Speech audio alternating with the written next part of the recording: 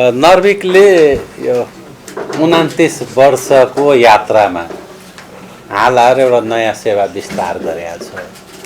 हामीले यो मृगौला प्रत्यारोपण सेवा किडनी ट्रान्सप्लान्ट सर्भिस सुरु गरेका छौँ र 2टा केस सफलतापूर्वक सम्पन्न पनि गरिसक्यौँ। हामीले झन्डै 2 हप्ता अगाडि यो सेवा सुरु गर्यौँ।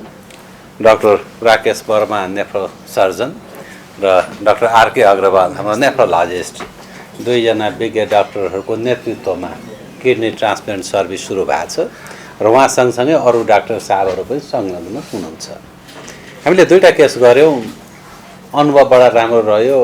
एउटा केस त अलिकति जटिल बिरामी नै हुनुहुन्थ्यो, झन्डै 13 दिन हस्पिटल राखेर उहाँलाई सकुशल घर पठायौँ।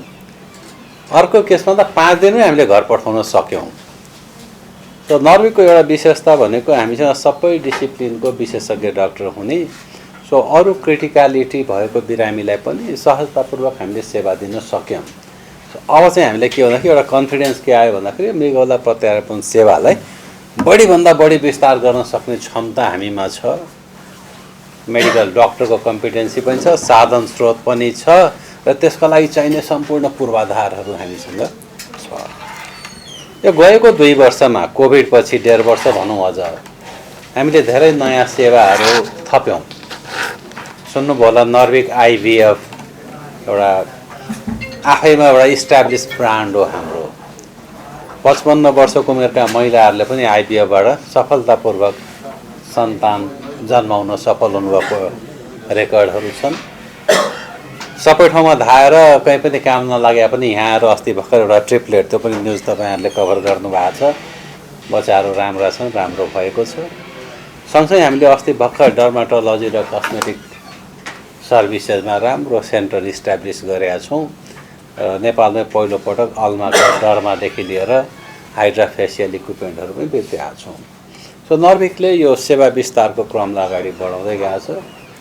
पार्किङतिर हेर्नुभयो भने त्यहाँ एउटा स्ट्रक्चर घर बनिराखेका भेट्नुहुन्छ, त्यहाँ तोडफोड भइराखेका छन्।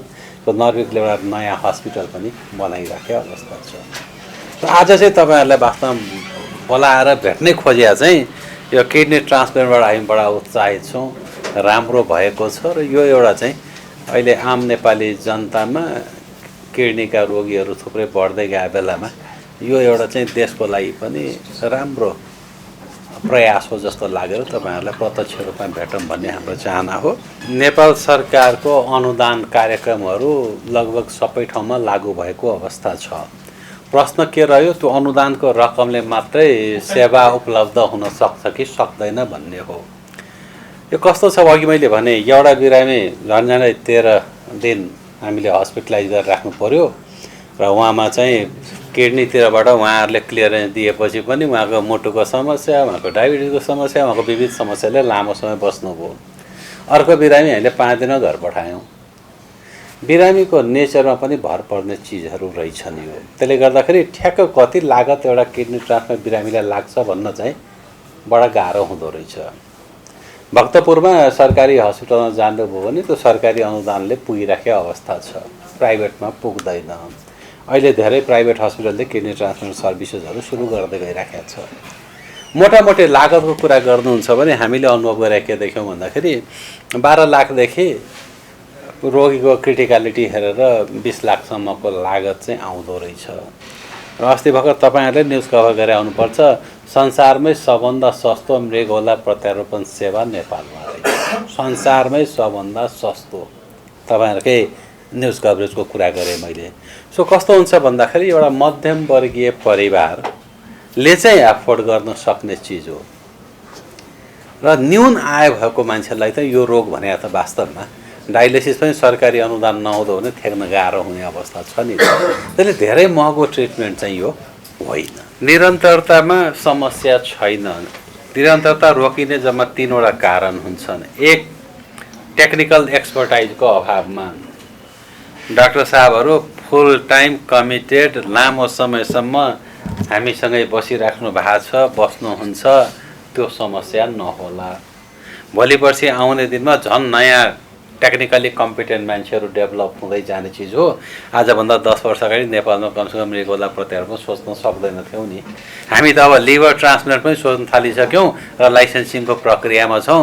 सायद 6 महिनापछि हामी बस्दाखेरि नर्विकले लिभर ट्रान्सप्लान्ट सुरु गर्यो भन्ने समाचार दिन सक्ने अवस्थामा म पुग्छु। निरन्तरता मेडिकल साइडबाट, टेक्निकल कम्पनी साइडबाट प्रब्लम होइन। साधन स्रोत र त्यसको व्यवस्थापन प्राइभेट हस्पिटलहरूको राम्रो छ। सरकारीका आफ्नै बाध्यताहरू हुन्छन्, त्यसले गर्दाखेरि निरन्तरता रोकिनुपर्ने कुनै कारण म देख्दिनँ।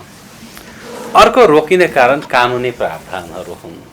यो मृगौला प्रत्यारोपणमा सबभन्दा सचेत हुनुपर्ने ठाउँ चाहिँ त्यो लिगालिटी हो। कानुन बडा कडा छ। एका घर परिवारको नाताभन्दा बाहिरकोले डोनेसन गर्न नपाउने प्रावधान छ। त्यो लिगल्ली अलिकति स्ट्रिक्ट भएर त्यसमा अलिकति राम्ररी हेर्ने हो भने त्यसमा कुनै समस्या आउने अवस्था हुँदैन। वीर हस्पिटलको निरन्तरता रोकिया तीनवटै कारणहरू थिए। प्राइभेटमा ती कारणहरू त्यति साह्रो नआउला। त्यसले हामी चाहिँ यसलाई व्यापक रूपमा विस्तार गर्दै जाने पक्षमा नै छौँ। जहाँसम्म बिरामीको कुरा छ, 2टा गरिसक्यौँ, आज एनाउन्स गर्दैछौँ। 5-6 वटा हामीसँग पाइपलाइनमा आएर बसिसक्नुभयो। के भयो? किडनीको रोगीहरू बढ्दै गएका छन्। डायलिसिस सेन्टर हेर्नुभयो भने त्यहाँ टाइम पाइँदैन, त्यति प्याक छ। डायलिसिसको एउटा सर्टेन समयपछि जाने भने कहाँ हो त? त्यो किडनी ट्रान्सप्लान्ट नगरिकन अर्को उपाय छैन। सो विडम्बना भनौँ, यो हाम्रो खानपानका विविध समस्याले गर्दाखेरि क्यान्सर र किडनी रिलेटेड डिजिजहरू बढ्दै गएको अवस्था छ। सो भरसक त्यो नबढ्दै अब अन्त त्यो चाहिँ बढ्दै गइराखेको त। त्यसले निरन्तरतामा हामी चाहिँ कुनै समस्या देखिराखेका छैन। हामीले स्वीकृति लिएको झन्डै 3 महिना जति भयो। अनि स्वीकृति भएपछि हामीले त्यसपछि यो ट्रान्सप्लान्टको तयारीहरू गऱ्यौँ र यसको सबभन्दा अलिकति टाइम लाग्ने चिज के रहेछ भन्दाखेरि लिगालिटी चेक र लिगल क्लियरेन्सको लागि टाइम लाग्दो रहेछ। यो अङ्ग प्रत्यारोपण एउटा समिति हुन्छ प्रत्येक अस्पतालमा। त्यसमा चाहिँ सिडी अफिसको प्रतिनिधि सहितको एउटा समिति हुन्छ। त्यो समितिले क्लियरेन्स नदिकन काम अगाडि बढाउन पाइँदैन। त्यसले बेला बेलामा त्यसको मिटिङहरू बस्ने, त्यसको फर्मेसनमा अलिकति टाइम लाग्ने भएकोले 3 महिना अगाडि हामीले स्वीकृति पाएर हामीले 17 दिन अगाडि हामीले पहिलो ट्रान्सप्लान्ट गऱ्यौँ। र हाम्रो इच्छा के थियो भन्दा कमसेकम 2-3 वटा केस गरेर अनुभव हासिल गरेपछि मात्रै यसलाई सार्वजनिक गरौँला भन्ने थियो। 2टै केस असाध्यै राम्रो भएपछि आज चाहिँ हामी अब यसलाई चाहिँ सेवा विस्तारमा सबैले थाहा पाउनुपर्छ, जानकारी हुनुपर्छ भन्ने लाइनमा अगाडि आएका हौँ। एउटा 65-66 वर्षको हुनुहुन्थ्यो। उहाँको श्रीमतीले किडनी दिनुभएको छ। उहाँको अवस्था कस्तो थियो भन्दाखेरि डायबिटिज अनकन्ट्रोल भएर औँला काटिसकेका बिरामी, मुटुमा समस्या भएर एन्जियोप्लास्टी गरिसकेका बिरामी। सो मुटु पनि उहाँको समस्यामा, डायबिटिज अनकन्ट्रोल, डायलिसिस गर्न थाले धेरै लामो समय भइसक्यो। सो शारीरिक रूपमा अलिकति अशक्त नै हुनुहुन्थ्यो। उहाँलाई चाहिँ हामीले 13 दिनको दिनमा एकदम सकुशल, एकदम स्वस्थ बनाएर चाहिँ हामीले घर पठाएका छौँ। अर्को केस चाहिँ 55-56 वर्षको हुनुहुन्थ्यो। उहाँको चाहिँ छोरीले, 30 वर्षको छोरीले किडनी दिनुभएको छ। उहाँ चाहिँ शारीरिक रूपमा अरू जटिलता थिएन। 5 दिनै उहाँलाई हामीले घर पठाउन सक्यौँ। सो पहिलो केस चाहिँ वास्तवमा हामीले अति नै जटिल केस हात हाल्यो।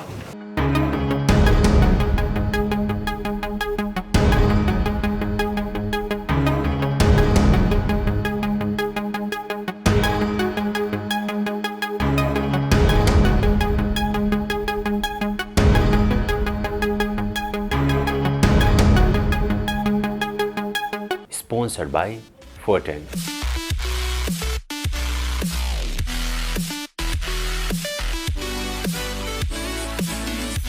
Banking partner. सबैभन्दा बेस्ट एनआईसी को बचत खाता, यो हो सर्वश्रेष्ठ, यो हो सर्वश्रेष्ठ। Sponsored by Marina Inplex. Designing your dreams since 1983. Marina Impex.